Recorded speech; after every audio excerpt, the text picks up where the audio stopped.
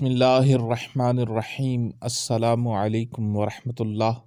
تمام معزز سامعین و ناظرین کو انفارمیشن پوائنٹ کے پلیٹ فارم پر خوش آمدید۔ سامعین و ناظرین، ہماری آج کی ویڈیو کے اندر ہم اللہ کے پیارے نبی صلی اللہ علیہ وسلم کا ایک فرمان سنیں گے، جس میں آپ نے دو لوگوں کے خلاف اکسانے سے منع فرمایا ہے۔ آئیے سنتے ہیں وہ کون سے لوگ ہیں جن کے خلاف کون سے دو لوگوں کو اکسانا نہیں چاہیے۔ سامعین، ابو داؤد شریف کی روایت ہے، سنن ابو داؤد کی روایت ہے کہ محمد الرسول اللہ صلی اللہ علیہ وآلہ وسلم نے فرمایا، جو کسی عورت کو اس کے خاوند کے خلاف اکسائے یا کسی غلام کو اس کے آقا کے خلاف کرے، وہ ہم میں سے نہیں ہے۔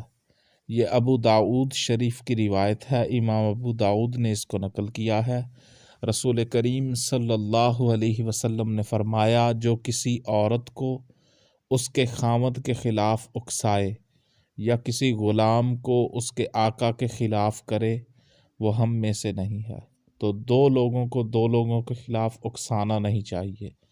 کسی عورت کو اس کے میاں کے خلاف، اس کے خاوند کے خلاف نہیں اکسانا چاہیے، اور کسی غلام کو اس کے آقا کے خلاف نہیں اکسانا چاہیے۔